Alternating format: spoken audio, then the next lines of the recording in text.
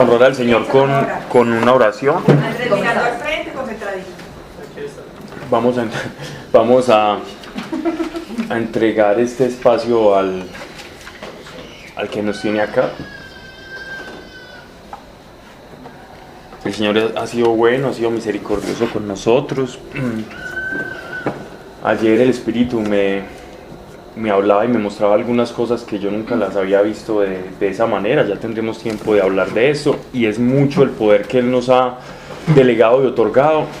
Y el Espíritu me mostraba cómo nosotros como iglesia no desaprovechamos todo lo que nos ha sido otorgado, o bien sea porque no tenemos el conocimiento necesario para utilizarlo, porque hemos sido enseñados mal, porque no creemos, porque creemos mal, y sobre todo porque no sabemos muchas veces el cómo orar.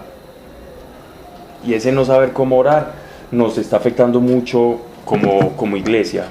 Digo oración, no la oración devocional y personal, sino la oración como nosotros como iglesia, como la oración como ministerio, la oración como propósito. Que decía que persistiéramos en la oración, juntos en la oración. Sí, pero no, porque uno puede persistir en una manera errónea de orar. Ah, ok. Más que la persistencia como tal es entender qué es la oración conforme al poder que Dios nos ha otorgado. Pero de eso hablaremos más adelante. Pero lo que les quería decir es que tenemos un Dios muy bueno que siempre está dispuesto. Si algo ayer aprendía del Espíritu era que Dios siempre es un sí mayúsculo. En el cielo siempre está atento, siempre está despierto. No es a las 4 de la mañana, no es a las 5, no es a las 7 de la noche. El cielo siempre está dispuesto. El Espíritu es atemporal. El Espíritu no está diciendo es que es en mi tiempo, es que es en los tiempos de Dios. No, el Espíritu siempre está diciendo sí, quiero. Conoces mi voluntad, siempre quiero hacer eso. ¿Quién quiere estar dispuesto a eso? ¿Cierto? Y Él siempre está dispuesto. El Espíritu siempre está ahí. Somos nosotros los que afectamos esa voluntad de Dios, no es Dios. La voluntad de Dios siempre es permanente. La voluntad de Dios no ha cambiado para con nosotros. No cambia ni siquiera nuestro carácter. Ni siquiera nuestro carácter es el problema. Que yo pensaba hasta ayer que el carácter nuestro afectaba mucho el plan de Dios. Y ni siquiera es nuestro carácter. Es el no conocer la ley del Espíritu. Es el no conocer y el no querer hacer la voluntad de Dios. Ahí puede interferir algo el carácter, sí, pero cuando tenés la disposición, Dios se lleva por delante tu carácter y hace contigo, seas lo que seas, hace cosas grandes, independientemente del carácter que tengas. Sí. Y es ahí, en esa pedagogía, de esa formación y ser usado por Dios, donde ese carácter va a cambiar, per se. No va a cambiar por respuesta a una oración donde uno se va a quedar en un estado estático esperando a que Dios lo cambie. ¿Cierto? Y Dios valora eso en que queremos cambiar y ese estado de insatisfacción. Pero Dios está buscando es iglesia que lo represente y sepa administrar su poder. Eso es lo que Él quiere. Pero es hablar como a grosso modo algo que tenía, que ayer me mostraba y que fui golpeado con eso, pero felizmente golpeado. Padre nuestro, te damos gracias por tu amor, por tu misericordia, por tu poder y por tu palabra. Gracias porque nos tienes reunidos, Señor. Haznos buenos administradores de tu poder, pero sobre todo que podamos entender la responsabilidad y autoridad que nos ha sido conferida como iglesia. Señor, no es de escuchar muchas prédicas, no es, Señor, tampoco de practicar o ser muy bueno o tener muchas devociones, Señor. Es de comprender el grado de autoridad y responsabilidad que tú nos has dado, Señor, para que siendo usados podamos comprender, así como tus apóstoles y tus siervos comprendían y hablaban de todo aquello que experimentaban, Señor. Aquí vamos a hablar, Padre, de tu iglesia, de tu palabra, que no se diga aquí cosa alguna que no esté de acuerdo a tu voluntad, a tu revelación. No queremos elucubraciones intelectuales, cosas humanas, palabras que parezcan muy lógicas y muy sapientes, pero que a la postre, Señor, no sean vacías, sean huecas, sean sutilezas humanas. No queremos eso, queremos tu revelación, porque conforme a la revelación es que usamos el poder tuyo, Señor. Una sana revelación trae consigo también una descarga de poder para transformar conforme a tu voluntad, que es lo que te pedimos, Señor, y es como nuestro Maestro nos ha enseñado a orar. Padre, gracias y te lo pedimos en el nombre de nuestro Señor Jesucristo. Amén. Bien, íbamos a empezar Hechos capítulo 3, ¿cierto? Híjole. Está muy así. Sí. Pues está bueno. Y vamos a iniciar capítulo 3. Alejo, que es el hombre de las certezas. Voces. Sí. Ubiquémonos en Hechos de los Apóstoles, capítulo 3. Sobre todo para Guillermo, que la tercera es la vencida, ¿sí o no? Claro, pues desaplicado. Celebrando con la señora todavía. Celebrando con la señora. Muy bien, Guillermo. Muy bien. Gracias por Bien, vamos a empezar. Estamos todos aquí, ¿cierto? Sí. Vale. Perfecto. Lo sabía, eso yo tenía algo así. Eso es cool. En capítulo 2, verso 37. Ahí. Sí, el último creo que el penúltimo, creo que tenía mucho. Sí, aquí lo tengo subrayado en morado. Sí, esa parte. Perseveraban en oír las enseñanzas de los apóstoles, capítulo 2, verso 42, y en la unión, en la fracción del pan y en la oración, no se había enseñado. Se apoderó de todos el temor a la vista. Era el último, Paulín, el último era el que ibas a hacer hincapié, el último así. Ya lo vi, sí. Es que tengo los últimos versículos subrayados.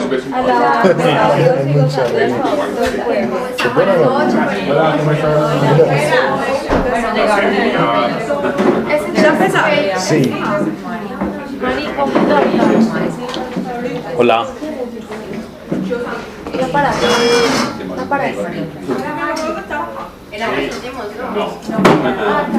Sí.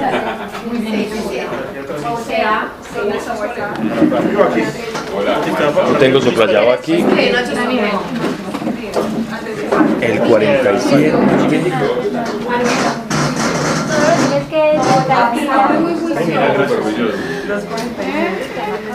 Ya está muy juicioso.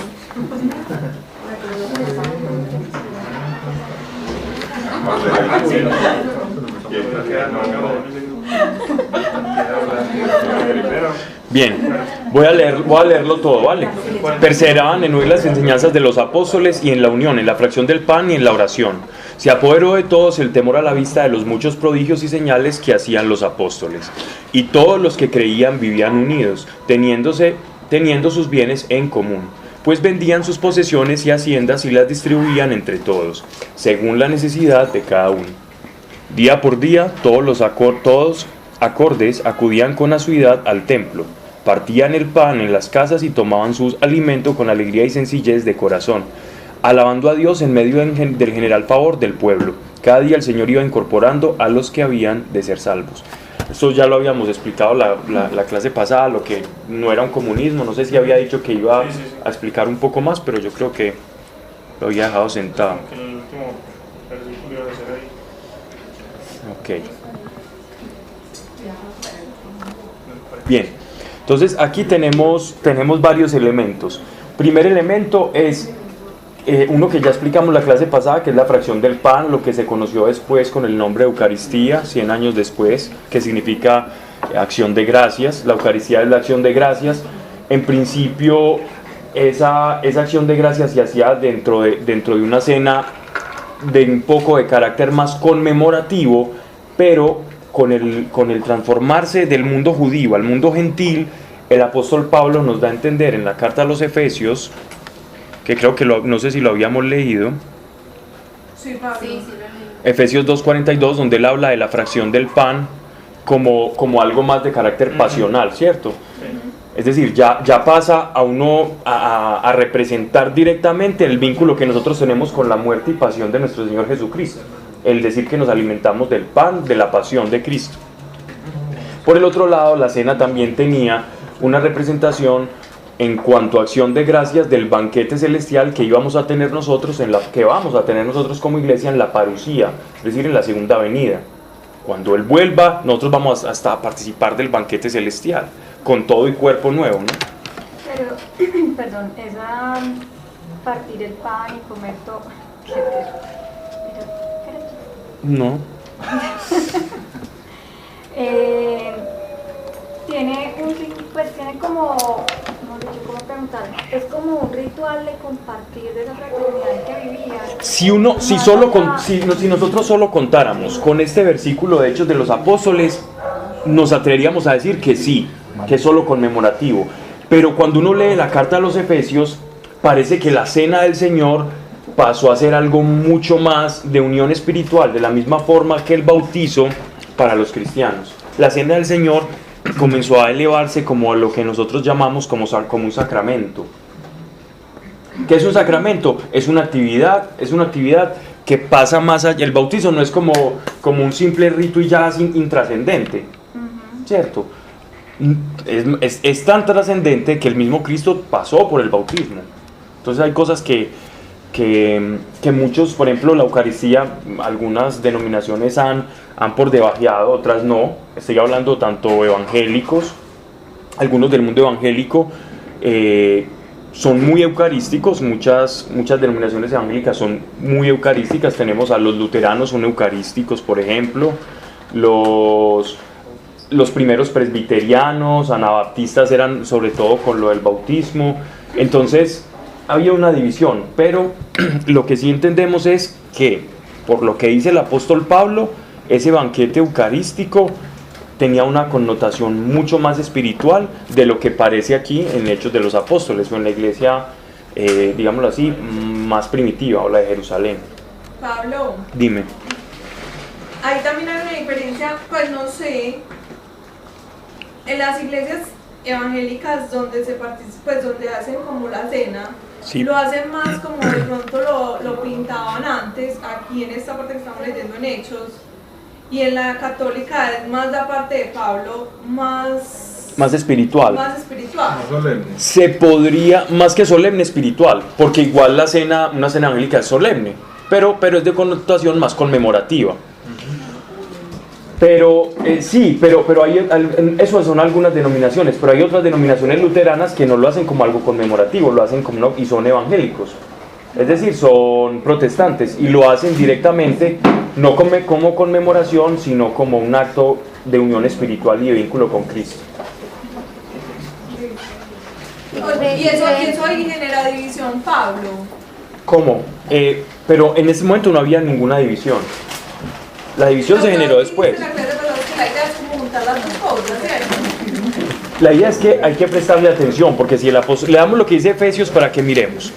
¿Quién lee Efesios? Eso da como para otra clase, es que es todo lo de la Eucaristía. Sí, pero deberíamos ver, tener razón, Marta. Vamos a esa parte, vamos a ir específicamente a Hechos de los Apóstoles. En Hechos de los Apóstoles nos están hablando de cómo era esa cena primitiva, pero Lucas no nos está explicando cómo se hacía, simplemente están diciendo la fracción del pan, ¿ya?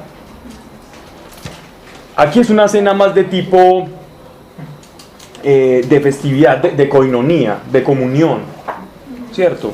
De comunión, de partición del pan, porque por el contexto lo podemos sacar. La que nos habla el apóstol Pablo es una cena que viene después de una confesión de pecados. Yo me acuerdo que vos la clase pasada la mencionabas como una cosa más pasional.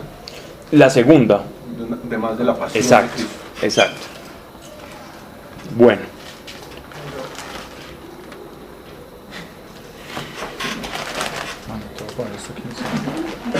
Aquí partimos pachita. Ok. El pan. Entonces dice, y en la oración, se apoderó de todos el temor a la vista de los muchos prodigios y señales que hacían los apóstoles. Esta cena era una cena que venía después de una predicación de un apóstol. El apóstol predicaba, hacían una cena, comían y todos oraban después. Eran como el formato 1 de las reuniones cristianas, ¿cierto? Antes incluso de que existieran los diáconos. Todo esto lo organizaban los apóstoles. Eran los que presidían las reuniones. y todos los que creían vivían unidos teniendo sus bienes en común. Estos bienes en común eran, acuérdense ustedes que estábamos hablando de la época que estaba viviendo Jerusalén en ese momento. Es decir, las circunstancias económicas de Jerusalén eran en extremo precarias, hasta tal punto que Jerusalén no es lo que ahora es Israel. Uno a Jerusalén es una, digámoslo así, es una potencia en Oriente, ya, en agrocultura, en armamento, en tecnología, en medicina, etcétera, etcétera. La Jerusalén de esa época, los jerosolimitanos de la época vivían una precariedad muy terrible. Entonces, ¿qué pasó? Cuando la iglesia comenzó a desarrollarse, aquellos que eran favorecidos económicamente comenzaron a poner sus bienes en común. A veces nosotros tenemos la imagen de la iglesia primitiva como que, es que todos vendieron todo y tomaron un rancho y se despojaron de todo, entonces todo es de todos. No. Esa es una falsa idea que nosotros tenemos de la iglesia primitiva. Cuando nos están diciendo acá que ponían las cosas en común, es que ellos se ponían de acuerdo de qué parte querían dar y donaban cosas. Entonces por allá uno donó una tumba familiar para que los que no tuviesen tumba, porque eso era terrible para una familia judía, el no tener un lugar de reposo para los muertos, y más si creían en la resurrección, incluso los enterraban de pie, habían unas fosas donde les enterraban de pie para el momento de la resurrección. Entonces ellos lo que hacían esta clase favorecida era delegar. Algunos delegaron todos sus bienes, pero otros no. Ellos se ponían de acuerdo y ponían y fragmentaban. Eso era poner las cosas en común. Nada que ver con el comunismo leninista, marxista, maoísta, etcétera, etcétera. Eso no tiene nada que ver con la iglesia primitiva. La teología de la liberación, que fue muy famosa entre los 50, 60, 70, de la cual bebieron muchos de los guerrilleros idealistas, pues como el cura Pérez y entre otros que se unieron a las filas de las guerrillas, partieron de una mala, perversa interpretación de las escrituras. No están diciendo aquí que este es el modus vivendi ideal. Aquí simplemente están diciendo, el que tenía lo que la gente disponía en el corazón, eso daban. Y ante una situación particular, pues. Claro, pero no era este no fue el modus vivendi de las iglesias, por ejemplo, del apóstol Pablo. Y dimos un ejemplo claro y bíblico de por qué no, porque recuerden ustedes la carta a Filemón, donde se nos habla de Onésimo, uno de los que era un esclavo de un cristiano, pero era un esclavo bien tratado, pues. Y logra pues tener la emancipación. Él deja de ser esclavo y termina siendo un ayudante número uno del apóstol Pablo, este señor Onésimo. Entonces, si él hubiera puesto todas las cosas en común, entonces también hubiera puesto su esclavo, y no fue así. Inclusive hay una parte que ellos están como recogiendo unas ofrendas. Entonces se ve que la intención del corazón de ayudar al prójimo sigue estando en la iglesia. Exacto, incluso el apóstol Pablo. Las circunstancias son diferentes. ¿Cómo sabemos también eso que estás diciendo es muy cierto? ¿Cómo sabemos que la situación de la iglesia de Jerusalén era muy terrible? Porque Pablo hacía colectas alrededor de todo Asia Menor para poder ayudar a la iglesia de Jerusalén, que estaba pasando mucha necesidad. Entonces el apóstol Pablo, cuando iba y hacía todo su viaje misionero, recogía fondos, y cuando llegaba a Jerusalén, de regreso a Jerusalén, él daba esos fondos para que la iglesia en Jerusalén se sostuviera. Entonces uno nota, sí, habían diferentes maneras de ir viviendo el evangelio, pero porque el dar, y eso es muy importante, el dar es una actitud del corazón, ¿cierto? El que tú des, eso es una actitud del corazón. En ningún momento en la iglesia fue una imposición, sino fue una actitud del corazón, que es una actitud que debe caracterizar a todo cristiano. Usted reconoce un cristiano porque da con alegría, y si la primera vez no da con alegría, la tercera, al ver que dando recibe, va a tener alegría igual. La alegría va a ser inherente a ese dar. Pablo, Es algo completamente práctico.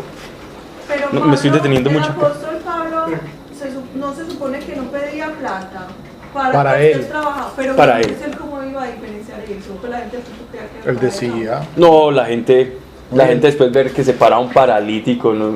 No, y él decía, cuando se habla en las otras cartas que él iba a recoger, él decía que era para la iglesia en Jerusalén que estaba pasando hambre. Y ellos todos se ponían de acuerdo. Es que la iglesia no era muy diferente a como somos nosotros ahora.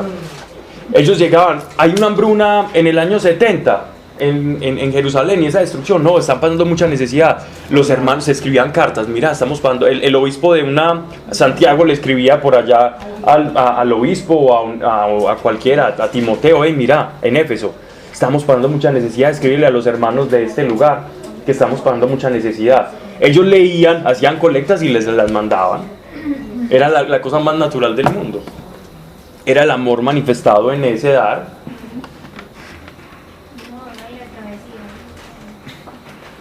Tingo.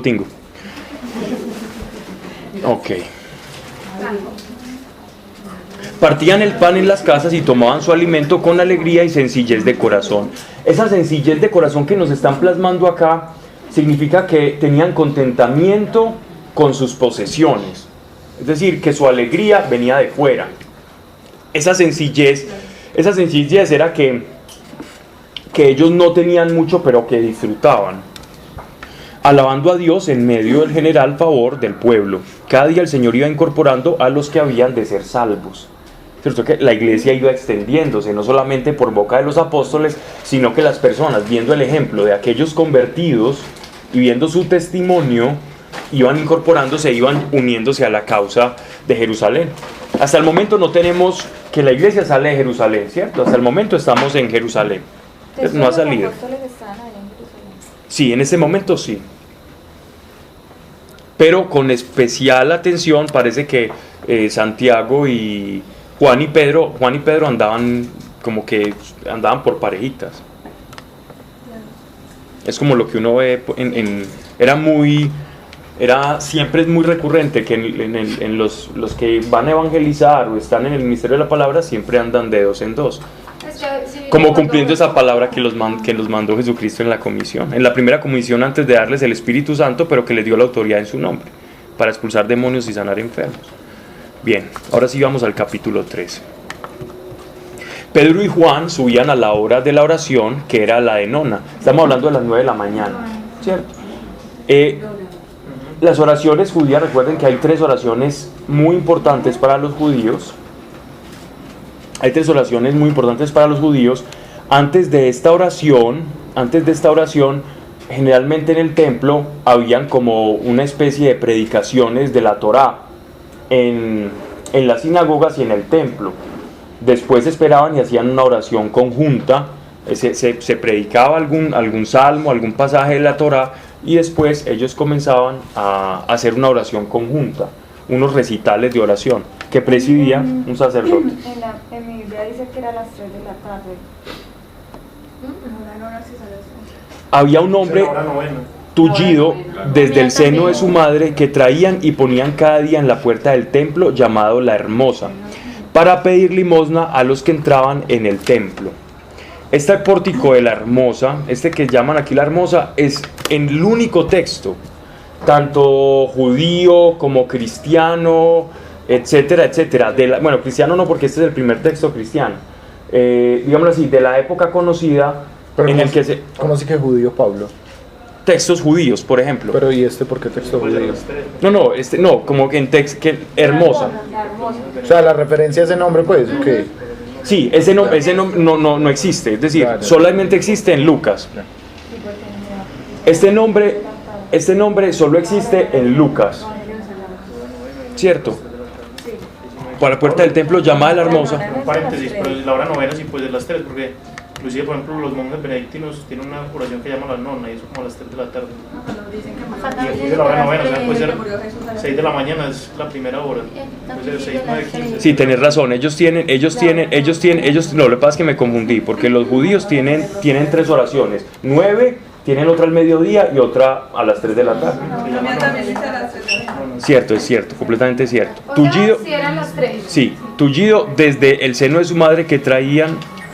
Había un hombre tullido desde el seno de su madre que traían y ponían cada día a la puerta del templo, llamado La Hermosa. A eso es lo que quería decir. Ese templo de Hermosa, muchos críticos digámoslo así, han usado este pasaje, han dicho, es que eso se lo inventó Lucas, eso no existe, ¿cierto? Lo que pasa es que normalmente el pórtico del cual está hablando, el portón del que está hablando aquí Lucas, donde se hacían los limosneros, era contiguo a la entrada de Salomón, a lo que anteriormente se le conocía a los judíos como la entrada o la puerta de Nicanor. Esa entrada o pórtico de Nicanor es la que Lucas identifica como pórtico de la Hermosa. ¿Por qué? Porque era como el que se consideraba como más hermoso, porque daba justamente hacia el oriente. Y ese era como el recinto donde se juntaban, donde se podían juntar los gentiles que venían, judíos gentiles y los judíos de Jerusalén, pues los que nacieron en Israel, a departir antes de ir a la oración y después de ir a la oración. Es como decir el atrio de la iglesia. Ahí departían antes de y después de. Entonces los limosneros aprovechaban esa situación de que, es que escucharon al rabino hablar de que hay que dar limosna, entonces nos hacemos acá aprovechando, pues, si le movemos la emoción a la gente. Cualquier parentesco con la realidad es... para pedir limosna a los que entraban en el templo. Viendo a Pedro y Juan que se disponían a entrar en el templo, extendió la mano pidiendo limosna. Pedro y Juan, fijando en él los ojos, le dijeron: míranos. Él les miró esperando recibir de ellos alguna cosa.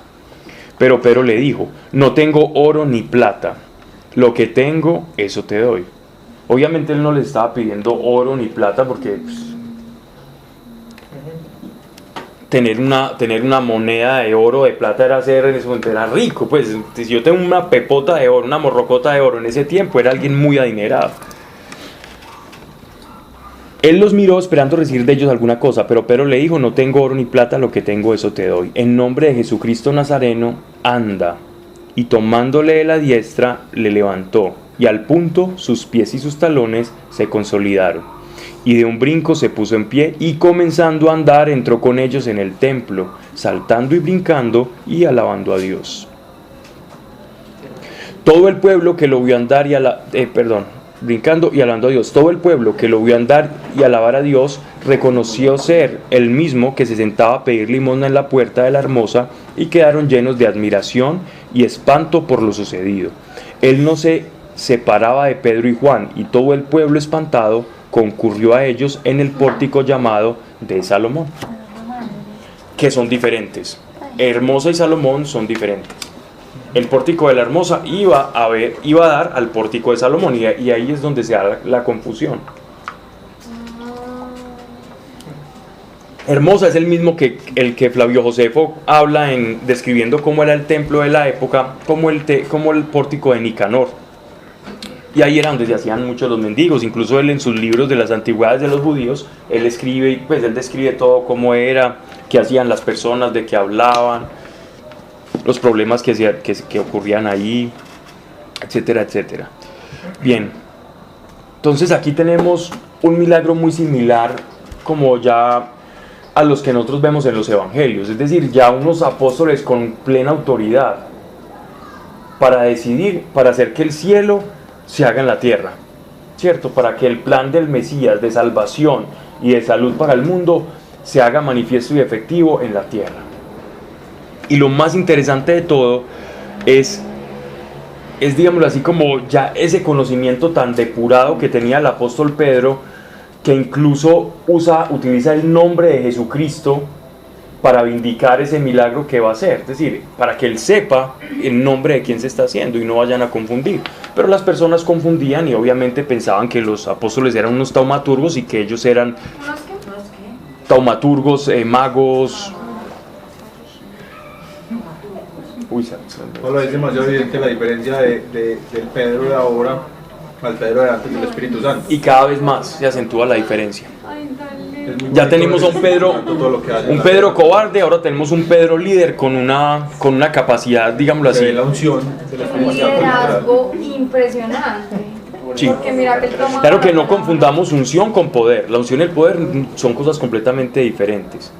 La unción es el ministerio. Unción no es... Cuando he visto que hay personas que dicen, ay, qué unción la que tiene esta persona, refiriéndose a la presencia o manifestación o dotación del Espíritu haciendo cosas a través de él, ¿cierto? Y lo usan mucho, se utiliza mucho eso. La unción de la que habla la Biblia es conforme al llamado. Unción es, ay, esa persona está obedeciendo al llamado. Eso es un ungido, aquel que obedece al llamado que tiene. Y si yo obedezco al llamado que tengo, el poder viene respecto al llamado que yo tengo. Pero la unción no es como una energía que Dios manda a los hijos o a los creyentes, como yo necesito más unción, entonces Dios manda más energía. No, la unción es el ministerio, porque recordemos que, ¿cómo era la unción? ¿Qué era la unción? Chevas. Para ungir los reyes, por ejemplo. ¿Para qué? Pues por ejemplo en el caso del rey David se le ungió para que, como rey. Exacto. Pero se le da es como la misión. No, era un cuernito que ellos llenaban la investidura. con aceite y lo vertían pues el aceite sobre la cabeza de él, pero era pues es lo que dice Pablo, pero era muy chiquito. Y después lo que dice Pablo, que era como para revelar casi que el propósito que Dios tenía con esa persona. Pero si se le echaban la cabeza, ¿no? Sí. Claro. Pero eso también tiene que ver con los dones, porque era el don de la curación de los enfermos. Claro que sí, eran los dones operando. Pero lo que quería es para que no confundamos la palabra ungido con la manifestación del Espíritu Santo. Cuando Jesús también lo recibieron era para reconocer la autoridad de él, ¿cierto? Claro. Como sacerdote, rey. Claro. Pero solo un ungido puede hacer eso. Pero es que acordate que el ungido es quien va en pro de ese ministerio o de esa dirección que el Señor le da. Entonces ya sobre ese caminar en esa dirección que Dios le da, viene la manifestación que de hecho en alguna otra parte lo dice, que sobre los hijos de Dios se manifiestan milagros, señales y prodigios. Pero es como la consecuencia de ir en pro de ese llamado, no algo que venga.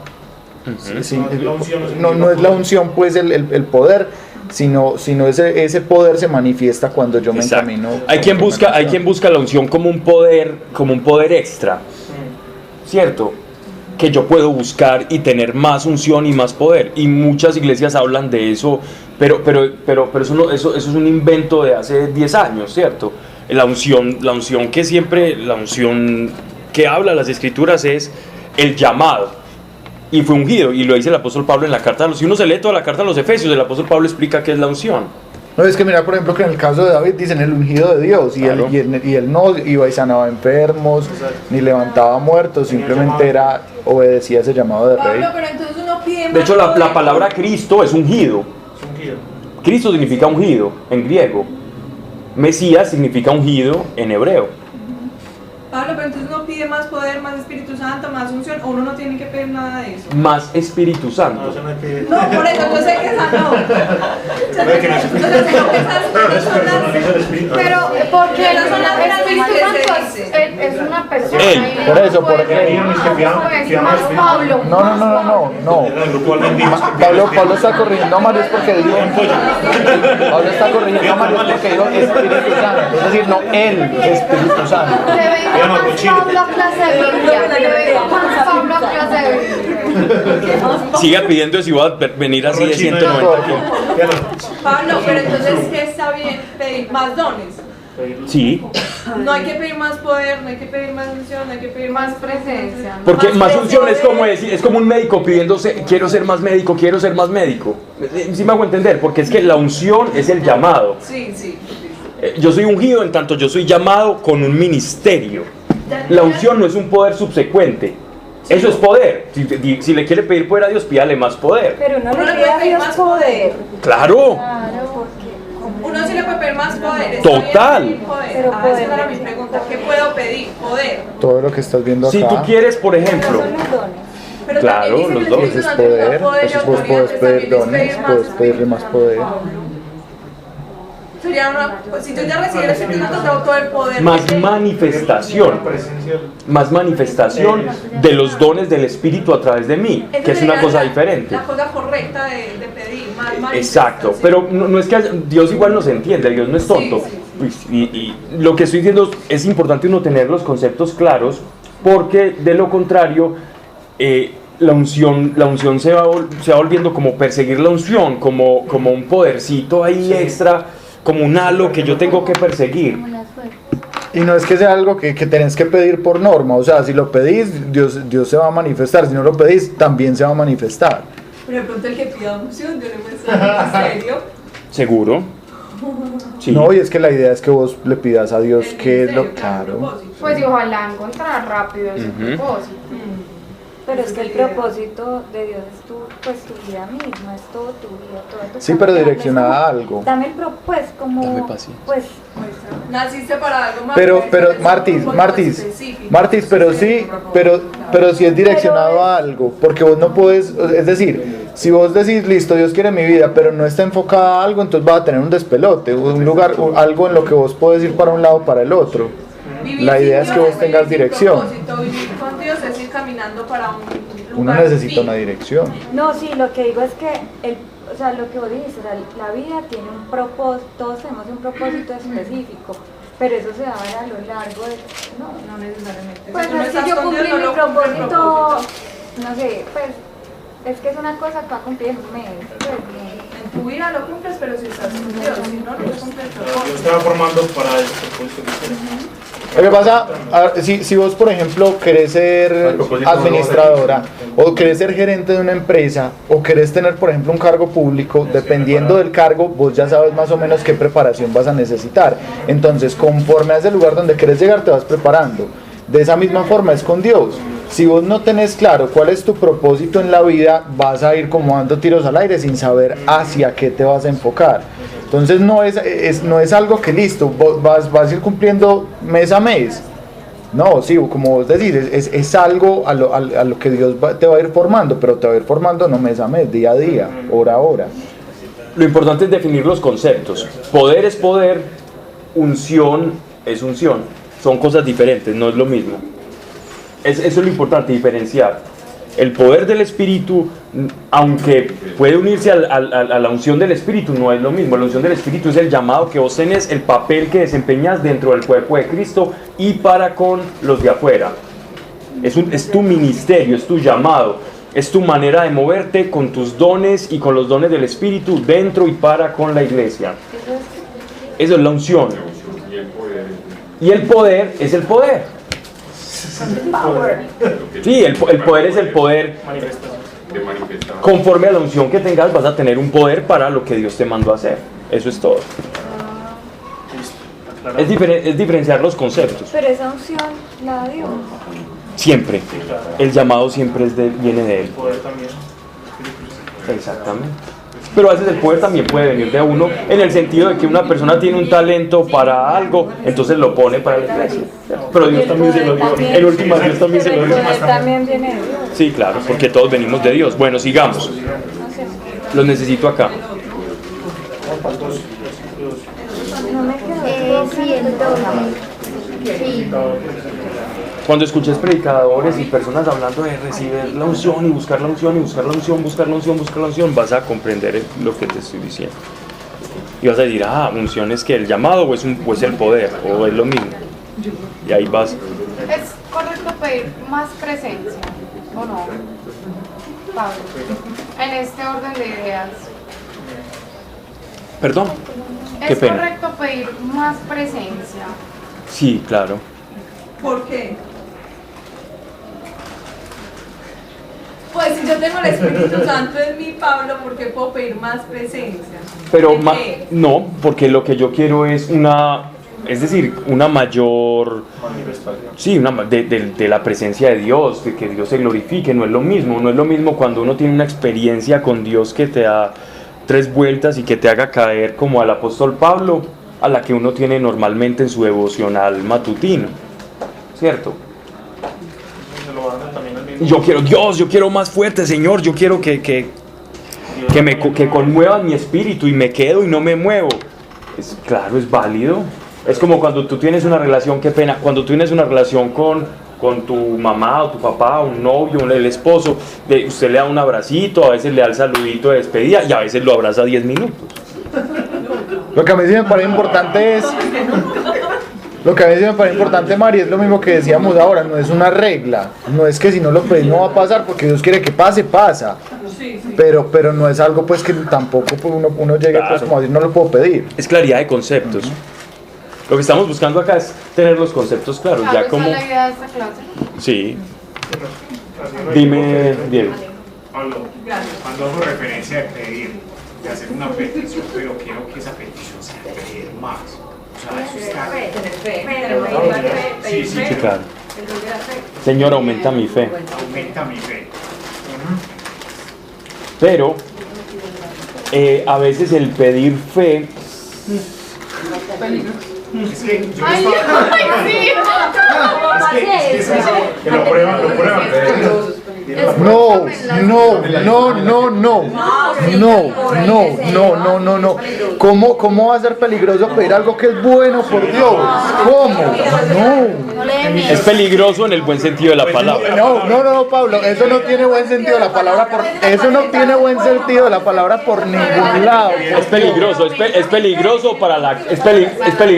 Claro, porque viene la prueba. Nadie. A la carne No, eso es bueno, pero viene la prueba. Viene las pruebas. No es probado. Venga, pero no me dejaron terminar, me completaron mi respuesta. No, Diego no entendió la respuesta. No, la respuesta era la siguiente. Cuando uno pide fe, el problema de pedir fe es que la fe es activa, la fe no es pasiva. Entonces, cuando yo hago una petición por fe, Dios es bueno. Si yo llevo un tiempo caminando en la fe, Dios sabe que pedirle fe a alguien que ya lleva caminando tiempo, Dios va a decir, este ya debe saber que es que la fe es creer, la fe es activa, la fe es dar un paso y es una expectativa. Entonces, yo más bien necesito pedirle a Dios un objeto por el cual yo voy a utilizar la fe.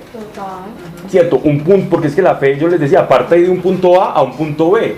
Si yo no tengo un punto B al que partir, entonces yo le pido fe a Dios y no tengo un objetivo por el cual yo voy a utilizar la fe, entonces no tengo sentido, entonces no tiene sentido. Pero si yo tengo un punto B y me siento flojo en mi relación con Dios, ahí es donde de pronto sí tendría sentido la oración. Yo lo que quería complementar es que yo le pido creer para comprender, pues a un punto B. Ese es el punto B que yo tenía en mi cabeza. Perfecto.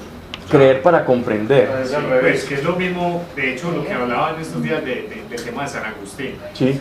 Yo cuando leí una de los apartes de él, o sea, cuando lo dijo, cree para comprender y comprende para creer. Sí.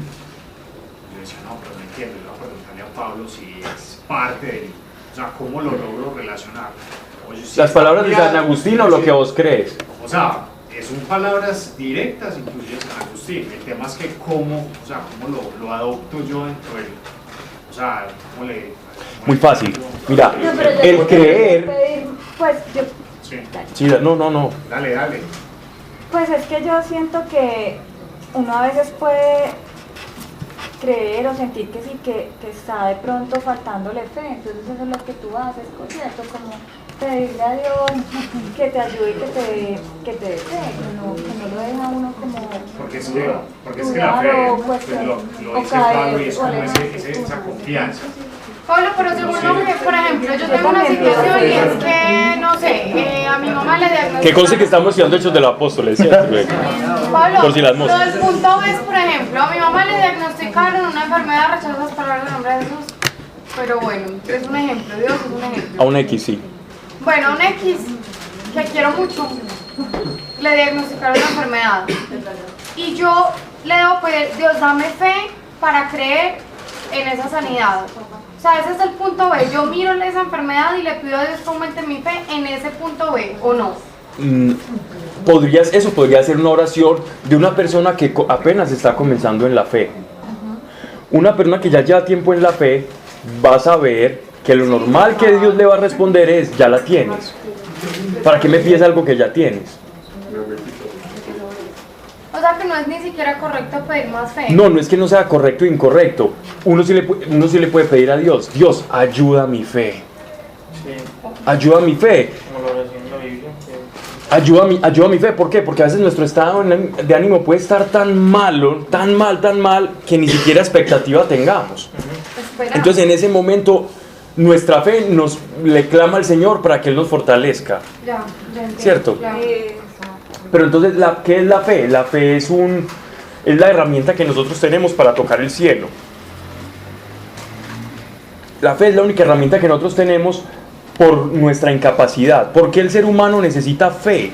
¿Por qué nosotros necesitamos fe? Porque no tenemos la capacidad, 1, de ver el futuro. 2, porque no conocemos como Dios conoce las cosas, porque no conocemos la realidad celestial. Y como nosotros estamos tan limitados por nuestros 5 sentidos, Dios nos dice, mire, confíen en mí, que yo sí puedo ver todo eso, yo sí puedo hacer todo eso. Entonces, si ustedes me delegan eso a mí, lo único que yo les pido a ustedes es crean. Es decir, únanse a lo que yo quiero hacer, únanse a mi voluntad. Y así la oración de fe va a producir el resultado. Así la oración de fe va a sanar al enfermo, y lo dice Santiago. ¿Por qué? Porque mi oración se está vinculando a la voluntad de Dios, y esa es la oración eficaz. ¿Ya? La oración que nace del comprender. Entonces, cuando yo tengo fe, y vamos a San Agustín, cuando yo tengo fe, yo comprendo, porque la fe me lleva a la pedagogía del Espíritu, la fe me lleva a a tener vivencias del Espíritu, y ahí voy a encontrar el plan de Dios y cómo Dios me habla a través de las manifestaciones de mi vida, de las circunstancias de mi vida, de todo lo que a mí me va pasando. Entonces comprendo más. Y al comprender, mi fe va a incrementarse. Entonces mi fe siempre va a ir por otras cosas. La fe siempre se está moviendo. Entre tanto nosotros tengamos 5 sentidos, siempre vamos a necesitar tener fe para todo. Pero la fe de nosotros puede nacer de varias cosas. La fe de nosotros, ¿de qué nace la fe de un cristiano? De las promesas que Dios tiene para nosotros.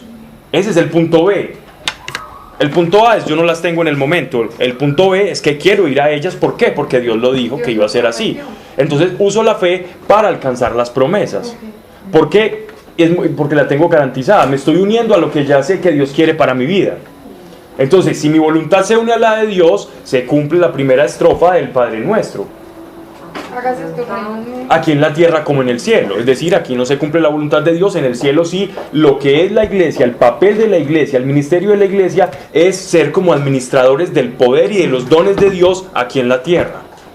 Una iglesia que no esté haciendo eso es una iglesia chueca, una iglesia lejos de la voluntad de Dios. Que lo que Dios prometió a través de la iglesia se comience a cumplir. Y si uno está adherido a eso, el poder de Dios va a ser visible. Esa es la autoridad que tiene la iglesia. Como dice en Marcos 9, 23 al 24, dice: esa es la verdadera unción. Para el que cree todo es posible. Sí creo. Exclamó de inmediato el padre del muchacho: ayuda en mi poca fe. Ajá. Pero creía que él podía, pero sentía que su fe era muy poquita, pero creía que él podía, o sea, ya estaba ganado. Ya tenía fe. Era poquita, como un granito, pero le fue suficiente, porque creía donde era. Hay gente que tiene mucha fe, pero fe en sí mismo o fe en otras cosas. Total. Hay gente que tiene fe en una medicina prepagada, hay gente que tiene fe en una ahorro. Sí, en cualquier cosa. Y ese es el objeto de su fe. Ya que ese objeto sí lo salve o no, eso es otra cosa. O sea, que la fe puede ser poca, pero si está en Dios. Si está en Dios, Él nos prometió. Él dice que si fuera como un granito de mostaza, le diríamos a un monte que se moviera y se movería. Exacto. Imagínate. Ese fue el parangón el que Él puso. El parangón, pues, la comparación, el problema. Uy, no. Esa palabra no me gusta. Parangón. ¿Cuál era el otro? El dilema, pues. El dilema. Bien. Estamos en Hechos de los Apóstoles, pero bueno, eso nos sirve para todo eso. No, pues, ¿qué? Sigamos. Visto lo cual por Pedro, habló así al pueblo. Miren lo bonito aquí, la audacia con la que Pedro va a hablar.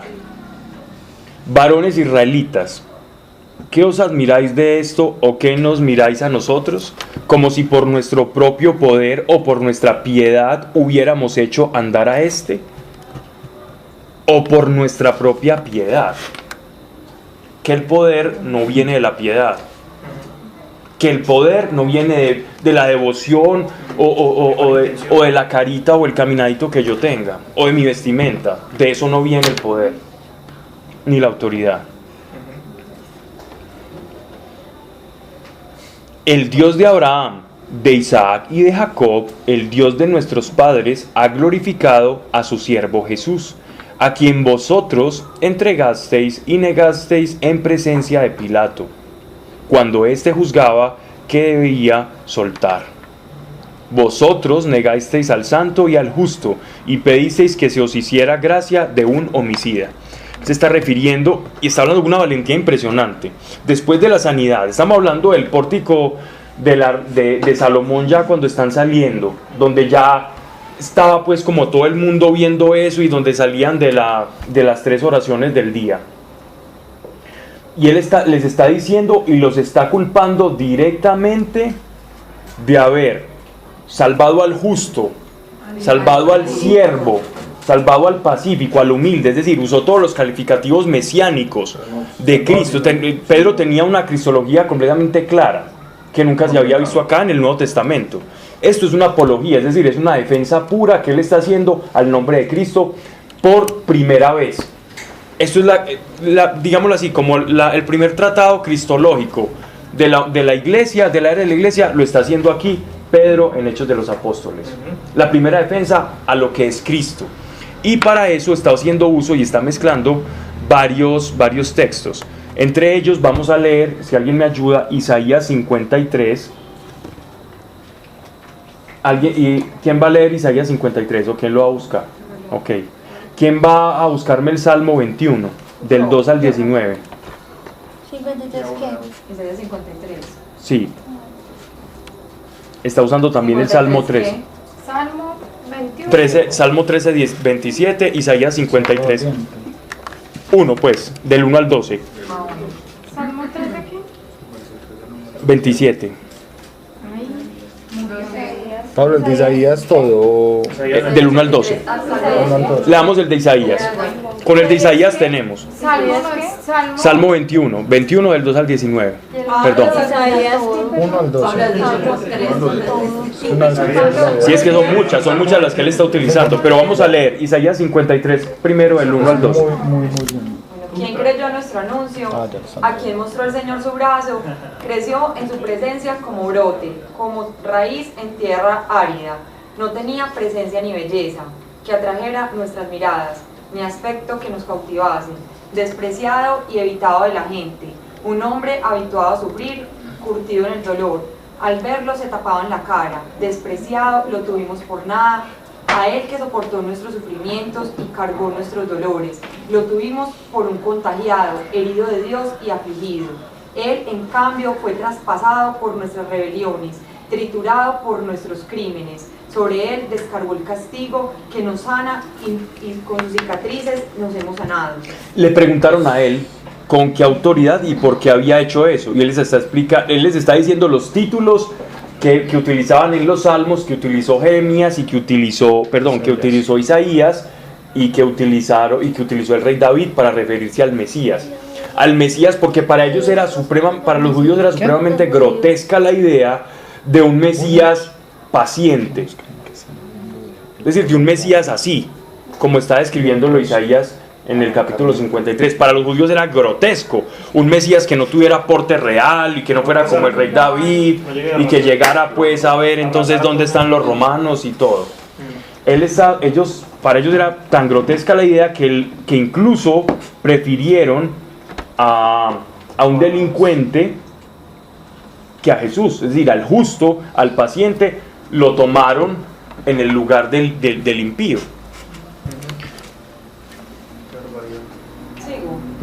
Sí, hasta el 12, que ese versículo es impresionante. Todos errábamos como ovejas, cada uno por su lado, y el Señor cargó sobre él todos nuestros crímenes. Maltratado, aguantaba, no abría la boca, como cordero llevado al matadero, como oveja muda ante el esquilador, no abría la boca. Sin arresto, sin proceso, lo quitaron de en medio. Quien meditó en su destino, lo arrancaron de la tierra de los vivos. Por los pecados de mi pueblo lo hirieron. Le dieron sepultura con los malvados y una tumba con los malhechores. Aunque no había cometido crímenes ni hubo engaño en su boca, el Señor quería triturarlo con el sufrimiento. Si entrega su vida como expiación, verá su descendencia, prolongará sus años y por su medio triunfará el plan del Señor. Por los trabajos soportados verá la luz, se saciará de saber. Mi siervo inocente rehabilitará a todos porque acabó sus crímenes. Por eso le asignaré una porción entre los grandes y repartirá botín con los poderosos, porque desnudó el cuello para morir y fue contado entre los pecadores. Él cargó con el pecado de todos e intercedió por los pecadores. Pablo a Isaías. Justo. ¿Cómo le hablaba? ¿Cómo? A Isaías Dios cómo le hablaba. A través de diferentes, ellos tenían, Revelaciones. los profetas tenían varias maneras de comunicación con Dios. Uno era audible, otro era a través de visiones y otro eran unos éxtasis. Es que eso es demasiado teso. Sí. Esto seguro fue visiones acompañadas de éxtasis. Una descripción. Es que es una descripción súper detallada. Detalladísimo, o sea, pues porque es que las profecías del Mesías eran un anuncio de un Salvador, pero esta fue mirada con descripción física y situación y... Pablo, cuando dice que nadie se ocupó de sus descendientes, ¿cómo así? Después que nadie se ocupó de los descendientes de Jesús, que no eran los descendientes. Pero dice que es que no tuvo descendencia. Por eso, pero dice nadie, y nadie se ocupó de sus Ahí descendientes. Porque no había descendencia para que alguien se ocupara de ella. En otras traducciones dice y no fue cortado pues como de la tierra y no hubo en él como descendencia. Es decir, pues como hombre, de una u otra forma, parte del propósito de un hombre judío era que se pudiera reproducir. Él no tuvo descendencia. Pero luego dice que la descendencia de él somos todos nosotros. Ajá, después ahí cuando lees más adelante, él pasa a ser entre los grandes de la tierra, y mira lo que dice ahí. Y después en Isaías 61 habla de la descendencia de él. Isaías 61 habla de lo que heredamos nosotros en él. Bueno, sigamos.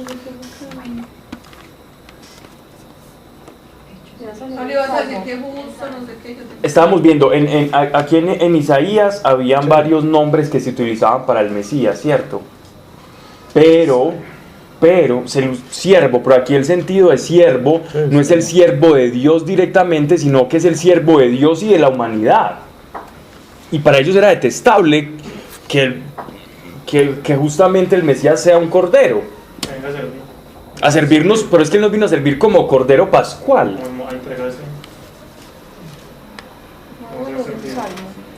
No hay necesidad. ¿O quieres que lo lea? Salmo 21:2. Le diste al rey lo que deseaba, no le negaste nada de lo que pidió. Tú has bendecido al rey con bienes y le has colocado en su cabeza una corona de oro. Él te pidió la vida y tú le diste una vida larga y eterna, refiriéndose al Mesías. Tú le diste la gloria con tu salvación, le diste la majestad y el honor, le hiciste inmensamente feliz en tu presencia al haberlo aceptado y bendecido. El rey conocía en el Señor, con mayúscula, y por fidelidad del Altísimo nunca fracasará. Dios mío, tu mano izquierda alcanza a tus enemigos, tu mano derecha derrota con poder a quienes te odian. Señor, te harás presente con tu furia y consumirás a tus enemigos por completo como en un horno. Todos los que acompañan a los enemigos de Dios serán destruidos, todos sus descendientes serán expulsados de la tierra. Porque hicieron sus planes contra ti, tramando todo, pero no lograron nada, porque tú los harás huir, utilizando contra ellos el arco. Señor, nuestras palabras alaban tu poder y nuestros cantos tu grandeza. Sobre todo el pasaje del Salmo 21:2 es el que le otorga la vida eterna, ¿no? Refiriéndose al Jesús que venció la vida, ¿no? Que venció la muerte, perdón. El Dios de nuestros padres ha glorificado a su siervo Jesús, a quien vosotros entregasteis, negasteis en presencia de Pilato cuando éste juzgaba que debía soltar. Vosotros negasteis al santo y al justo, Isaías 53. O sea, él está diciendo a cuando él decía estas expresiones, los que lo estaban escuchando sabían que se refería a Isaías 53. Los judíos eran muy versados en las escrituras. Y pedisteis que se os hiciera gracia de un homicida. Disteis la muerte al autor de la vida, Salmo 21. A quienes Dios resucitó de entre los muertos, de lo cual nosotros somos testigos. ¿Cierto? Recuerden que la ley exigía testigos para un hecho, ¿cierto? Para validar un hecho. O sea, que ellos estaban actuando y haciendo una defensa de Cristo conforme a la ley y conforme a las escrituras.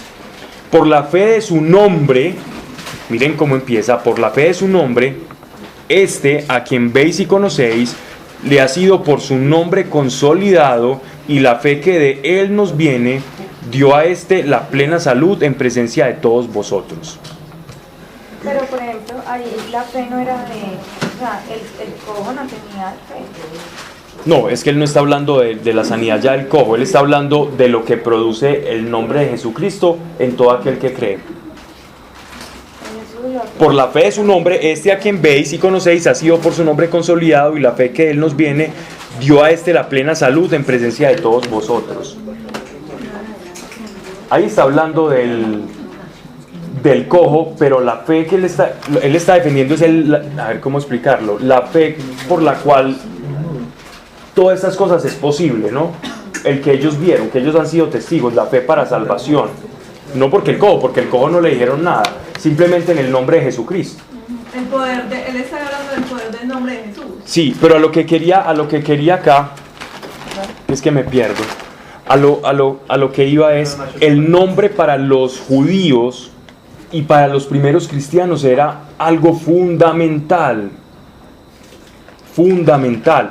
El nombre trae consigo para ellos casi que ellos incluso tenían unos tratados de angeología y demonología en los cuales el conocer el nombre de un demonio lo hacía esclavo del que lo conociera.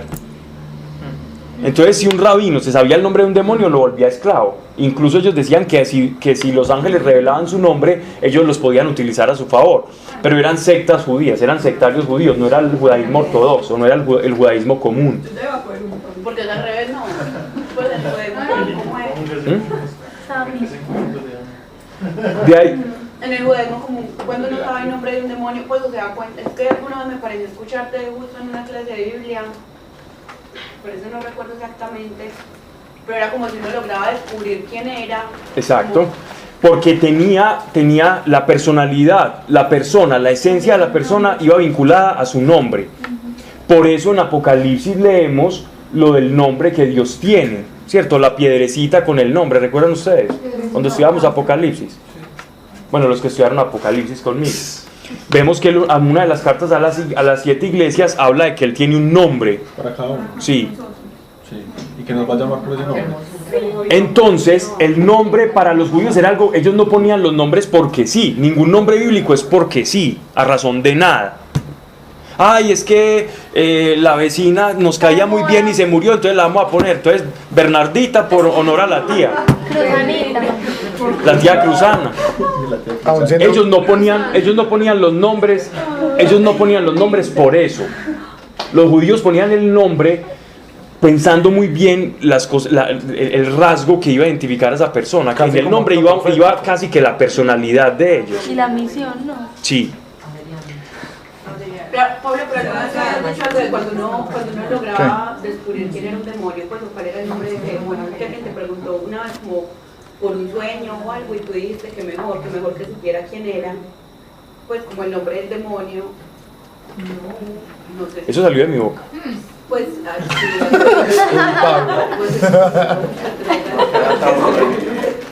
No. ¿Qué pasa con La clase de monólogo. pues creerle el nombre que le da uno un demonio? El demonio es padre de toda mentira. Entonces creerle qué nombre tiene es como cosita seria, ¿cierto? Sin embargo, si hay demonios que se autonombran, ¿cierto? Y el conocer su nombre implica el conocer su esfera de acción. Entonces, si conoces el nombre del demonio, sabes a qué esfera de acción tiene el demonio. Pero eso sería para alguien que lo haya liberado. No. Sí, pero no nos adentremos en esos temas todavía. La monitora de la clase, por favor. No nos vamos a adentrar en esos temas. La clase de monólogo. Aquí estamos hablando, quiero que estemos acá, quiero que todos estemos acá. Vamos con esto, el nombre es supremamente importante. Entonces él está haciendo una defensa del nombre de Jesús, que no es un nombre casual. Jesucristo es salvación. Joshua es salvación. O Yeshua es salvación. Es el mismo nombre de José o Josué. Sí. Joshua Josué. Es salvación. El nombre de Jesús es salvación. Entonces es como el ungido de la salvación. Sí, el Mesías es el uso para la salvación. Ay, perdón. El Mesías es la labor, es la misión, es el Cristo. Es el ungido, es el Salvador. Entonces dice, eso se perdió Pablo, ¿cierto? sí, se ha perdido mucho. Por la fe de su nombre, a quien veis y conocéis, ha sido por su nombre consolidado. Miren la importancia que le da al nombre de Jesucristo. Es decir, que Él se ganó por mérito y por todo, es decir, que ese nombre fuera exaltado. Y están hablando de su nombre, están hablando de un rasgo de Él, que es su nombre. El nombre de Jesús no se puede separar de Él. Y la fe que de Él nos viene dio a la plena salud en presencia de todos vosotros. La oración en el nombre de Jesucristo, en el nombre del Mesías, es poder para la iglesia. Ahora bien, hermanos, ya sé que por ignorancia habéis hecho esto.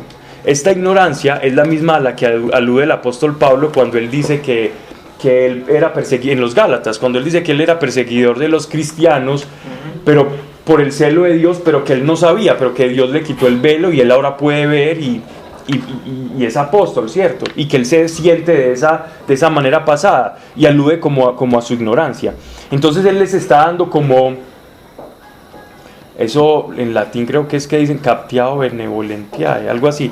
Es como que él está siendo benevolente con su público, ¿cierto? Para limar asperezas y le está diciendo, yo entiendo que ustedes lo hicieron porque ignoraron el propósito y el sentido de las escrituras. Pero ahora, con este hecho que están viendo acá, con este milagro, ustedes no tienen excusa de saber que en ese nombre ese paralítico andó.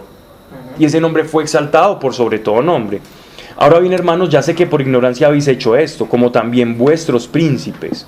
Príncipes se refiere pues a sus castas dirigentes y sacerdotales. Dios ha dado así cumplimiento a lo que había anunciado por boca de todos los profetas, la pasión de su Cristo. Isaías 53, entonces él ha utilizado siervo, justo, Mesías, o sea, Cristo. Ha utilizado todos los calificativos de Jesús. Cristología pura del apóstol Pedro. Arrepentíos pues y convertíos, para que sean borrados vuestros pecados, a fin de que lleguen los tiempos de refrigerio de parte del Señor, y envíe a Jesús el Cristo que os ha sido destinado. Eso es muy lindo, porque en el corazón de Pedro, al igual que de la iglesia primitiva, la segunda venida de Cristo era pronta. Y la pregunta de la iglesia del año 100 en adelante era, bueno, ¿y cuán pronto es? Y ya había gente que se estaba cuestionando la segunda venida de Cristo por eso. Y el apóstol Pablo nos responde a nosotros de una manera muy bonita, este es por amor a sus fieles, creo que es Santiago. Vamos a leerlo, yo vengo por acá.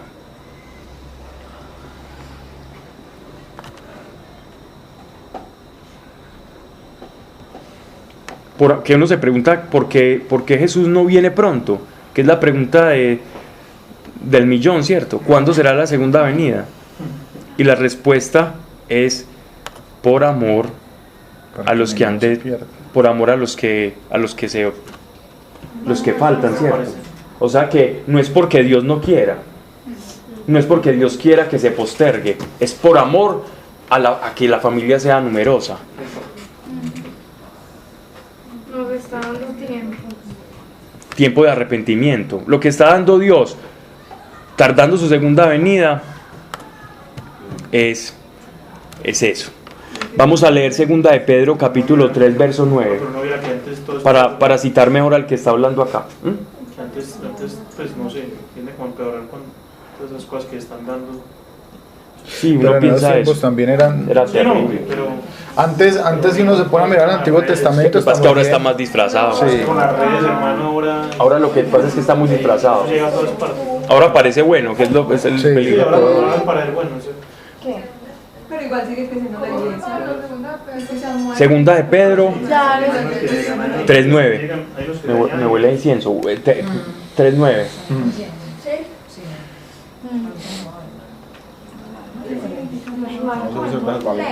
3:9. ¿Quieren que la lea yo? Porque está. Yo la leo. Segunda de Pedro 3:9. No se retrasa el Señor en el cumplimiento de la promesa, como algunos lo suponen, sino que usa de paciencia con vosotros, no queriendo que algunos perezcan, sino que todos lleguen a la conversión. Okay. O sea, Pedro pone aquí, sentencia en Hechos de los Apóstoles. Pedro nos sentencia y él mismo ya años después, porque esa carta se escribió muchos años después, él nos responde a nosotros el por qué la tardanza de nuestro Señor. Y eso es revelación pura del Espíritu. Segunda de Pedro. Esa es revelación pura del Espíritu Santo. ¿Por qué tarda el Señor? Ya no le preguntemos, Señor, ¿por qué tardas tanto? Sí, por amor a los... No faltaba el estribillo.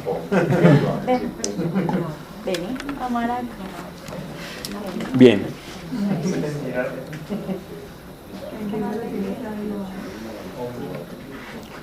A quien el cielo debía recibir hasta llegar los tiempos de la restauración de todas las cosas, de que Dios habló desde antiguo por boca de sus santos profetas. Dice en efecto Moisés, eso es en Deuteronomio: un profeta hará surgir el Señor Dios de entre vuestros hermanos como yo. ¿Quién es yo aquí? Moisés. Vosotros le escucharéis todo lo que os hablare. Toda persona que no escuchare a ese profeta será exterminada de su pueblo. Y todos los profetas, desde Samuel y los siguientes, cuanto hablaron, anunciaron también estos días. Vosotros sois los hijos de los profetas y de la alianza que Dios estableció con vuestros padres cuando dijo a Abraham: en tu descendencia serán bendecidas todas las familias de la tierra. Dios, resucitando a su siervo, os lo envía a vosotros primero para que os bendiga al convertirse cada uno de sus maldades. Vamos a leer ese pasaje de Deuteronomio. Porque dice acá, hasta los tiempos de la restauración universal. ¿Cuál es la restauración universal? El final de los tiempos, cuando resucitemos.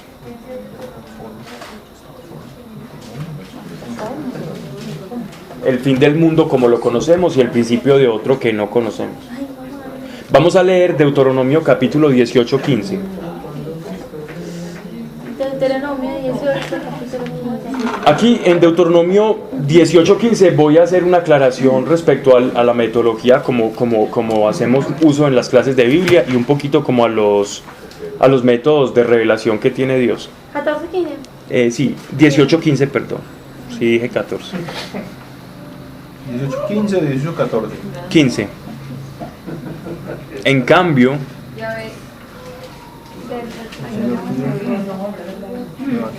no, pero así cualquiera. Se suscitará de en medio de ti, de entre tus hermanos, un profeta como yo, a él escucharéis. Es exactamente lo que tú pediste a Yahvé tu Dios en el Horeb. Hasta el 19. Bueno. El día de la asamblea, diciendo: no volveré a escuchar la voz de Yahvé mi Dios, ni veré más ese gran fuego para no morir. Y Yahvé me dijo a mí: bien está lo que han dicho, yo le suscitaré de en medio de sus hermanos un profeta semejante a ti. Pondré mis palabras en su boca y él les dirá todo lo que yo les mande. Si un hombre no escucha mis palabras, las que ese profeta pronuncie en mi nombre, yo mismo le pediré cuentas de él. Ay, qué versión tan benevolente. La mía dice: yo mismo castigaré al que no obedezca las palabras, que él hablará por mí. Tierna Valera. ¿Quién es hablando? Pablo, hacía rato que no hacías un chiste, sí. Ay, me hacían falta, Pablo. Llegó ya la reina Valera. Bien, sigamos. Pablo, ¿quién está hablando ahí? Moisés. Si vamos al contexto de ese pasaje de Deuteronomio capítulo 18, vamos a encontrar que el contexto histórico, cultural, inmediato de ese texto no se refiere inmediatamente dentro del contexto al Mesías. Si cualquiera judío lee eso, él va a pensar que él se está refiriendo a la instauración del ministerio profético que va a seguir después de Moisés y que él va a desencadenar profetas dentro del medio del pueblo. Si uno lee un libro judaico que haga una exégesis de este pasaje o lee partes del Talmud que hagan referencia a este pasaje, los rabinos que escriben o que hablan de este pasaje se refieren a la instauración del ministerio profético dentro de Israel, como la promesa de que Él les va a suscitar profetas, ¿cierto? Pero aquí Él está hablando en singular. No cualquiera, tenía que ser el apóstol Pedro con una revelación especial para la Escritura, el darse cuenta que ese pasaje era, aunque no excluía al ministerio profético, no es excluyente, se refería principalmente al ministerio del Mesías, al ser en singular. Eso no lo podía saber Pedro sino por revelación del Espíritu. No había otra manera, estamos viendo pura revelación del Espíritu Santo, hablando a través de Pedro y explicando las Escrituras. Es una cosa impresionante, ¿cierto?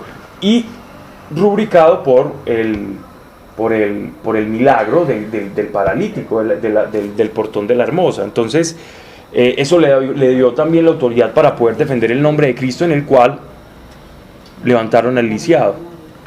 Pablo, y aquí en Juan 7 también hablan de lo de Moisés. Jesús habla de Moisés, que no creen. Juan 7, 24, 25, que será Moisés el que los juzgue. Pues mostrando que se está hablando. En el contexto inmediato. La misma ley.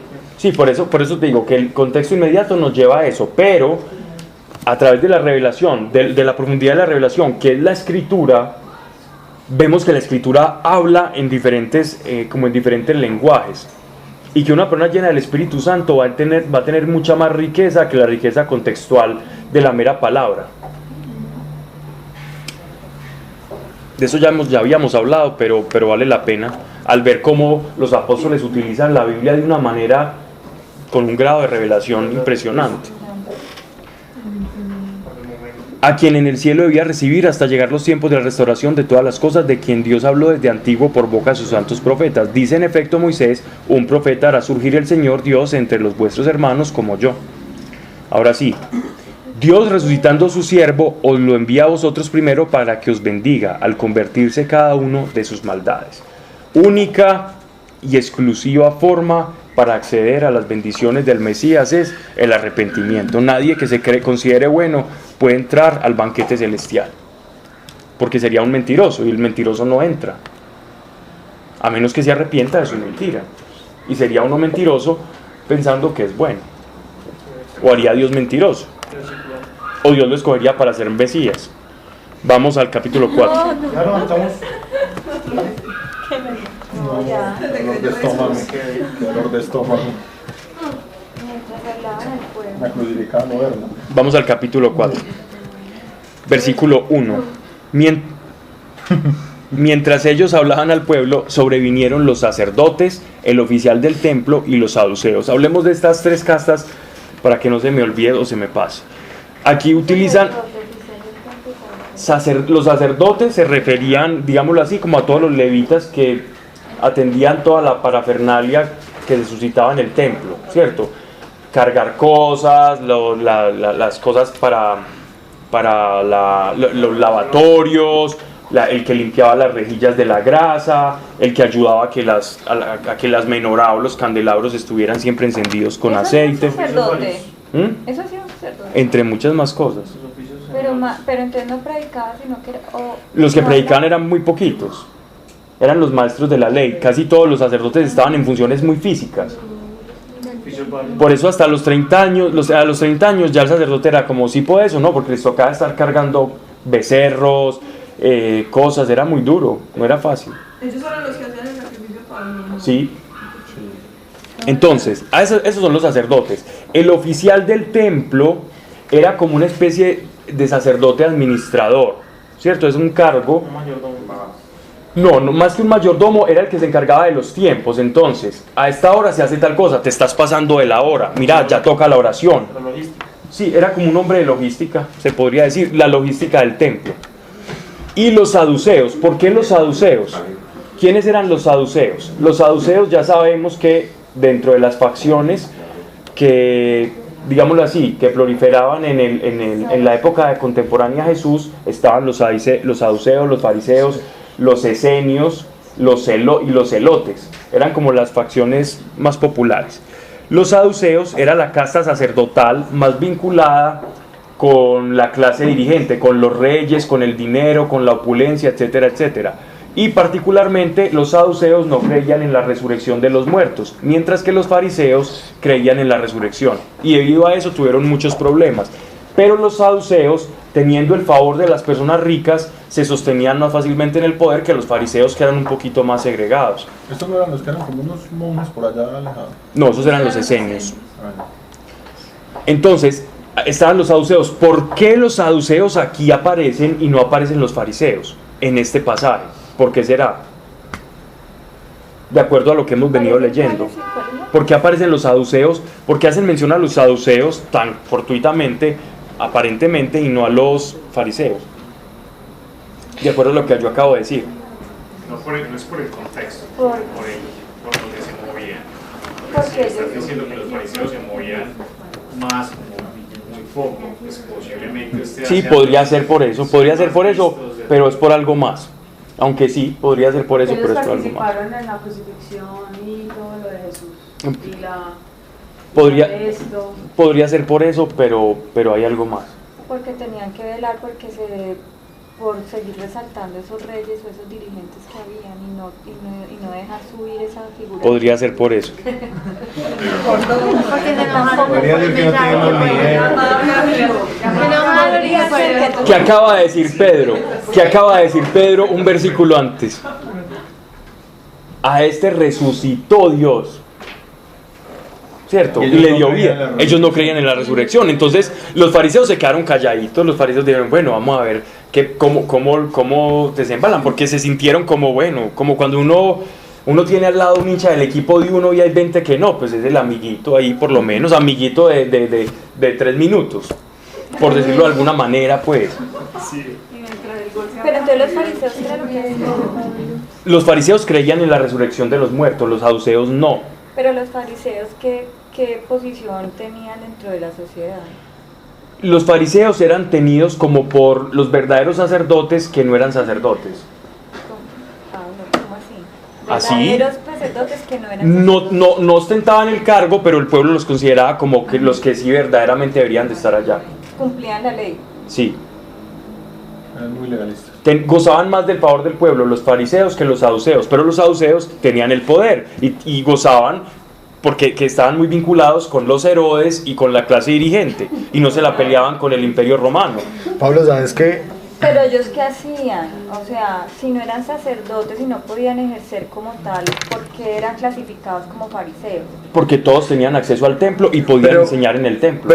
Ellos enseñaban. Pero de pronto... Y en las sinagogas. Pero vos lo estás diciendo porque fariseo es una palabra que uno usualmente piensa que es alguien torcido, ¿o no? Porque no, cuando hablan de ellos como fariseos no se están refiriendo a que eran unos torcidos. el nombre de la secta. Exactamente. No, por eso, sino que no, los fariseos, de hecho los fariseos no predican, generalmente no solían predicar en el templo, no solían. Ellos, de hecho por los fariseos se crearon lo que se llamó las sinagogas. Las sinagogas eran como templos locales, ¿cierto? Donde ellos predicaban la palabra de Dios, porque ellos decían que el templo estaba siendo, pues que era una cueva de ladrones, pues, de personas que deberían estar allá. ¿Ves? Entonces gozaban más del favor del pueblo. Es como decir, uy, el párroco de la iglesia de allá de Engativá, de Tunjuelito, no. Ese párroco allá no, pero usted ve al monjecito, calvito, con la tonsura franciscana, por allá todo buena gente, repartiendo mercaditos, y uno dice, ay, yo a este sí le creo, a ese no. Entonces ellos como que se ganaban el favor del pueblo así, y a los que estaban en la clase dirigente veían que no, era simplemente eso. Pero la casta sacerdotal era la saducea, eran los que tenían todo el monopolio sacerdotal. Los fariseos eran un movimiento purista, pero no eran sacerdotes. Pero ellos tenían derecho a entrar en el templo y como gozaban de tanto favor del pueblo, pues los saduceos tampoco se metían mucho con ellos porque era meterse directamente con el pueblo. Entonces eran tensiones que se iban manejando allá. Pero de los dos, ¿cuál eran más legalistas, los fariseos? Los fariseos eran más legalistas. Los fariseos empezaron bien, pero precisamente el fervor de su corazón, que era mantener pura la ley para que Dios no los castigara y volviera a hablarles en el templo y la presencia de Dios cayera, se volvió en su propia trampa. Pablo, sabes que pues en este último pasaje estaba sintiendo como que Dios me está mostrando algo muy claro, y es así mismo como aquí nos muestra una gran división entre israelitas y entre judíos, es la misma división que nosotros hoy vivimos entre cristianos. Total. Pero, y siempre nos estamos peleando por decir es que nosotros tenemos la razón o los otros tenemos la razón. Y aquí, a pesar de las grandes divisiones que habían entre unos y otros, Dios los veía a todos como un solo pueblo. Sí, claro. Y nosotros muchas veces caemos en esa trampa de estar peleando por verdades cuando Cristo nos sigue viendo como un mismo pueblo, y a fin de cuentas... Es que solo hay una iglesia. Exacto, y a fin de cuentas no es la religión la que nos va a mostrar como justos ante Dios, sino la vida que llevemos. Sí, claro, es eso, tal cual. ¿Por qué se tomó esa palabra de fariseo con el concepto como de torcido? Por todas las oportunidades en las que Jesús, digámoslo así, les dice raza de víboras, sepulcros blanqueados.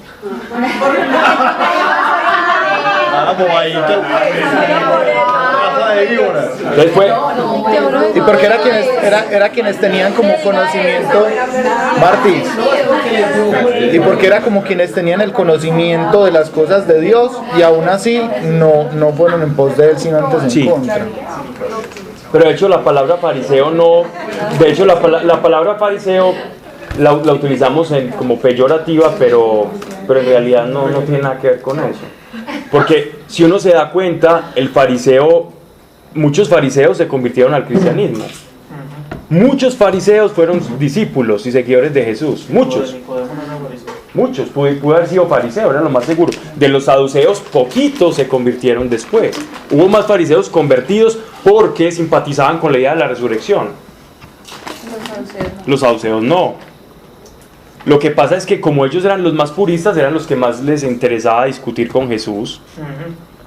Pero de resto no. Todos tenemos la actitud farisaica, por decirlo de alguna manera. No echemos la culpa a una facción.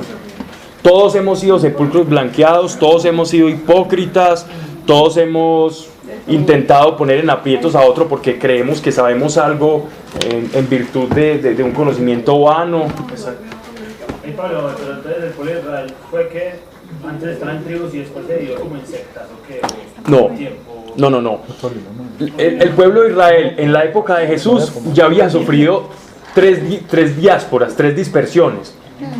Ya lo que se considera la época de Jesús ya solo estaba la tribu de Judá. Las otras tribus ya no existían dentro de Israel. Era una mezcla ahí, pues como... No, más que una mezcla no, ellos ya se habían dispersado por todo el mundo. La única que persistió fue Israel del sur, que fue Judá, por eso se llama judío. Los otros fueron dispersados por el mundo y Dios hizo eso a propósito. Y la historia perdida de Israel es muy interesante, pero eso es de otro costal. De dónde llegaron esas otras tribus y hasta dónde fueron y qué enseñaron. Bueno. Claro. Pero dentro de los judíos habían muchos que sabían, pues dentro de los que vivían en Jerusalén, muchos decían, yo soy de Benjamín, por ejemplo Pablo es de Benjamín. Y Pablo lo dice, porque ellos reconocían su ascendencia, ellos anotaban su ascendencia y todos sabían. Bien, sigamos. Yo les voy a proponer que hagamos algo. Al final de que yo termine el párrafo, me dicen lo que tengan que decir, porque me estoy perdiendo mucho con lo que quiero dar, por las interrupciones. No son válidas, pero para dejarlas un poquitico después, un poquitico. En cada párrafo, ¿cierto? Subieron los sacerdotes, el oficial del templo y los saduceos, indignados de que se enseñasen al pueblo y anunciasen cumplida en Jesús la resurrección de los muertos. Les echaron mano y los metieron en prisión hasta la mañana porque ya era tarde. Les cuento aquí algo. Esta prisión fue una prisión preventiva. Los saduceos en ese momento no tenían la autoridad legal por el Sanedrín de aprisionar a Jesús completamente. Ellos tenían que hacer primero una prisión preventiva, los pusieron a a dormir ahí, pues pasaron toda la noche allá y después ya les tenían que hacer un juicio con testigos ante el Sanedrín. Eso es lo que está pasando acá. Pero muchos de los que habían oído la palabra creyeron, hasta un número de 5,000. O sea que ya en nomenclatura tenemos 7,000 nuevos cristianos. 8,000. 5,000 y 3,000. 8,000 cristianos. Que qué pesar de los apóstoles, pesar nada. Hablaban y la gente se iba convirtiendo. De una. No olvídese. Que la gente, que esos judíos tan testarudos, tan tercos. Hombre, ¿cuánto tiempo llevamos? 8,000. No, y es que de no haber sido por los judíos no habría iglesia. Exacto. Porque a veces también tendemos a pensar mal de los judíos. ¿Cierto? A veces también tenemos, no, es que los judíos que crucificaron y miren cómo les fue mal. No, ya hablamos que ya lo habían 8,000 conversos, 8,000 hermanos judíos. A la mañana se juntaron todos los príncipes, los ancianos y los escribas en Jerusalén. Y Anás, el sumo sacerdote, y Caifás, el mismo Caifás que ya sabemos quién, y Juan y Alejandro, y cuantos eran del linaje pontifical, o sea, saduceos sacerdotes, y poniéndolos en medio les preguntaron: ¿con qué poder, en nombre de quién habéis hecho esto vosotros? Entonces Pedro, lleno del Espíritu Santo, les dijo, miren, lleno del Espíritu Santo les dijo. Pablo, pero entonces uno no puede pedir ser lleno del Espíritu Santo.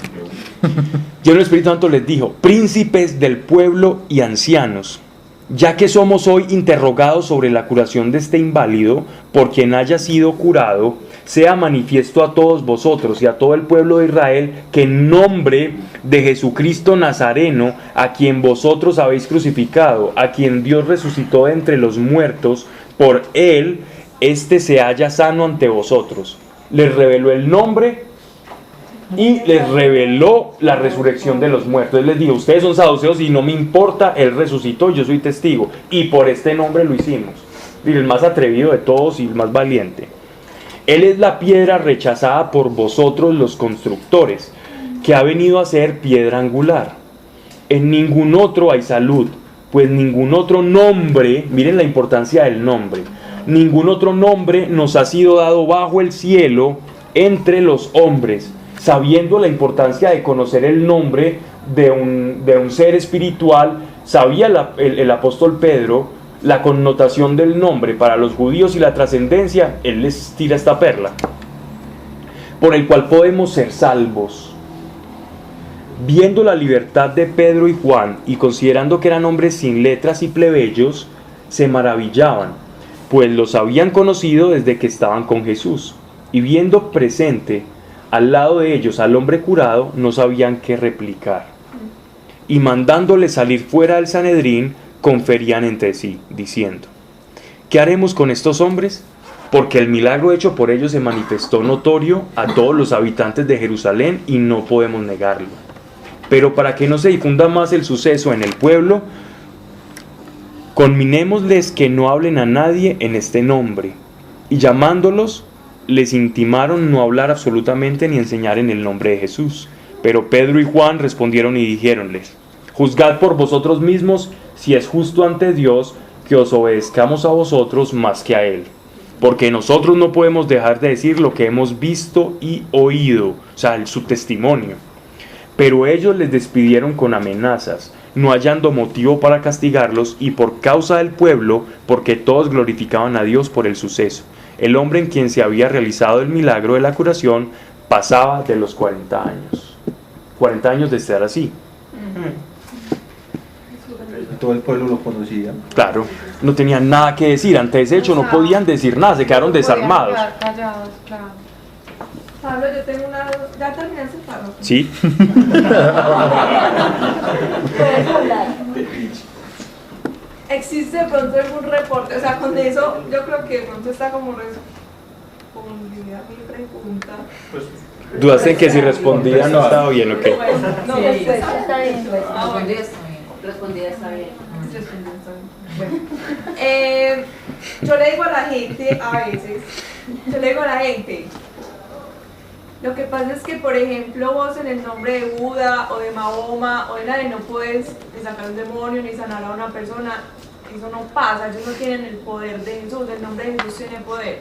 Pero no sé, porque la verdad nunca lo he estudiado, no he investigado, pero tú sí, me imagino, si de pronto alguien se ha atrevido a hacer eso. Sí lo hacen. Y que pase algo. Sí, sí lo hacen. En el Islam, De Buda. en el Islam los imanes tienen un rito de exorcismo. En el budismo Rahayana también tienen ciertos rituales de exorcismos. En el budismo Rahayana tibetano. Y en el budismo Zen no. En el hinduismo En el también. hinduismo hay- ¿Cómo? Hinduismo También hay ciertos ritos de exorcismo de entidades oscuras y todo eso. Y en la nueva era y todo eso, pues ni hablar. Claro que ya no le dicen demonios, sino bebés espirituales. Bebés. Sí, porque no han evolucionado, entonces por eso son. Ok. O larvas astrales y cualquier otra cosa. Ok, entonces vamos al punto, ¿cierto? Vamos al punto. Vamos a tu pregunta. ¿Qué pasa? El nombre de nuestro Señor Jesucristo nos fue dado para salvación. Es el único nombre que nos va a acercar a nosotros a Dios. Si yo hago cualquier cosa en nombre de cualquier autoridad o investidura espiritual, humana o religiosa, entonces, por ejemplo, los santeros también tienen rituales de exorcismo. El culto satánico, el culto de Lester Crowley, de Elena Blavatsky. ¿Y qué supone que sacan ahí? ¿Cómo le digo? Yo soy satánico y de loco. ¿Cómo le Sí, un demonio superior saca a otro inferior a cambio de un favor. Porque Jesús no dice que un demonio no saca a otro demonio. Cuando él le dice, Ese es el punto. Ese es el punto. Esa es la respuesta. Los demonios pueden fingir y pueden jugar. Entonces yo puedo en nombre de Alá, en nombre de hacer un montón de cosas, un rito de exorcismo, y pasa una persona puede tirar espumarajos y revolcarse y contorsionarse, hacer lo que sea. Engañadores. Pero de eso a que esté pasando lo único que puede hacer nuestro Señor, lo único que puede hacer la investidura de la iglesia, es mucho trecho. o sea, ella se podría analizar es de acuerdo a la vida que sigue la persona que supuestamente le hicieron.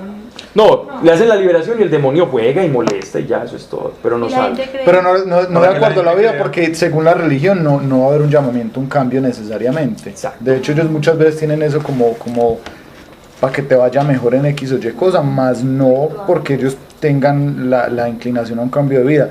¿Te acordás del video que nos mandó Albita?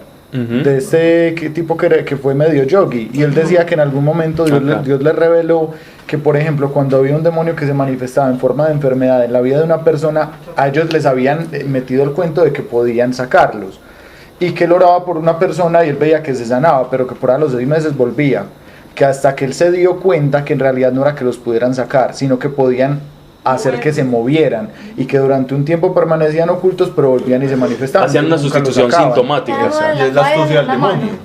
Pero los deja, por ejemplo, sanos un tiempo, y ya no supuestamente Le quita el dolor del estómago, pero le aparece un dolor de cabeza al tiempo. Entonces genera una dependencia del babalao, del brujo, etcétera, etcétera. En la santería hacen eso. Pablo, ya que no hay una liberación verdadera. No hay, falsa, es completamente falsa, es una falsificación. Pero el demonio juega con una aparente liberación, que es lo que está diciendo Sebastián. Se te puede quitar el dolor, se te puede quitar la molestia, el sueño, las pesadillas, pero después se manifiesta en otra cosa O maluca. sea, que no hay una autoridad. ¿verdad? No hay autoridad. Ahí es un engaño. La respuesta es esa. Una tumbada y la raca. Es la astucia del demonio. Claro. Se camufla. La para que respuesta es no hay salga. ningún nombre, sobre todo nombre que te dé autoridad para explorar un demonio. Solamente el nombre de Jesús. Solo hay exactamente, no hay más. Y los demonios lo saben, Yo no sabía pues que existían otras cosas de eso. y muchas. De hecho, los judíos de la época de Jesús también tenían ritos de exorcismos. Pablo se encontró con unos de ellos. Bueno, sigamos.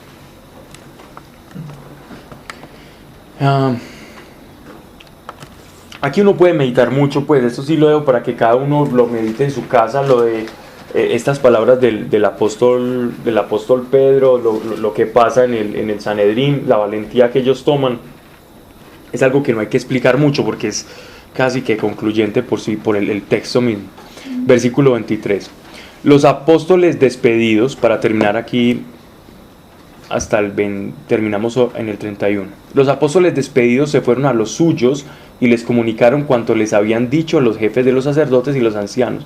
O sea que se fueron todos felices después de ser encarcelados y viendo el milagro donde estaba la iglesia local, seguro estaban partiendo el pan, cantando, haciendo alguna cosa, y ellos llegan todos contentos, todos mugrientos, me imagino, contándoles todo lo que había pasado. Ellos, en oyéndolos, a una levantaron la voz a Dios y dijeron: Señor, tú que hiciste el cielo y la tierra y el mar y cuanto en ellos hay, que por boca de nuestro padre David tu siervo dijiste: ¿por qué protestan las gentes y los pueblos y meditan en cosas vanas? Los reyes de la tierra han conspirado y los príncipes se han unido contra el Señor y contra su Cristo.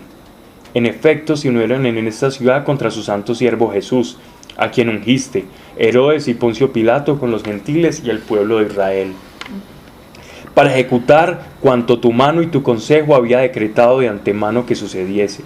Ahora, Señor, mira sus amenazas y da a tus siervos a hablar con toda libertad tu palabra, extendiendo tu mano para realizar curaciones, señales y prodigios por el nombre de tu santo siervo Jesús. Después de haber orado, tembló el lugar en que estaban reunidos y todos fueron llenos del Espíritu Santo y hablaban la palabra de Dios con libertad. Oraron conforme a la voluntad del Señor. ¿Y qué llegó? El Espíritu Santo. Poder. Pero ellos ya poder, porque ellos ya tenían el Espíritu Santo. Llegó poder.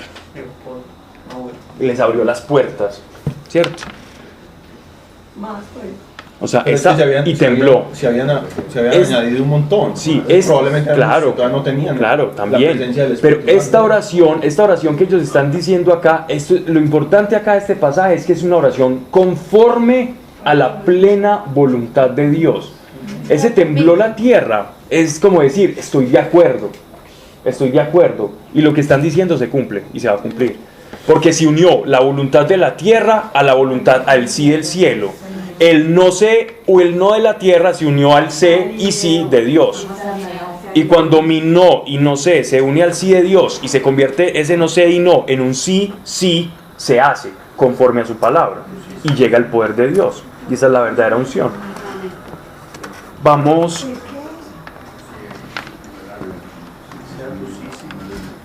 a orar. Señor, te damos gracias por tu amor. Padre, que hoy nuestras voluntades sean una, que nuestro querer sea tu querer. ¿A dónde quiere que vayamos, Señor? ¿Quieres que nos quedemos pidiendo lo mismo siempre? Señor, ayúdame en el trabajo. Señor, ayuda a mi papá, a mi mamá, a mi hermano. Señor, dame esto que... ¿Quieres que sigamos en esa actitud, Padre? ¿O quieres que conozcamos qué es lo que quieres para nuestra vida, Señor? ¿Cuál es tu voluntad para cada uno de nosotros? ¿Cuál es, Señor? ¿Cuál es, Padre? ¿Cuál es? Para que nuestro sí sea como tu sí y nada nos pueda detener conforme al propósito por el cual nos has llamado. No importa el carácter, no importa quién creamos que somos, pero que creamos quién tú eres, Señor. Padre, en el nombre de Cristo Jesús te pedimos, nos des una vislumbre, Señor, nos des una porción, una visión de lo que quieres con nosotros, Señor, para que nuestro sí sea uno.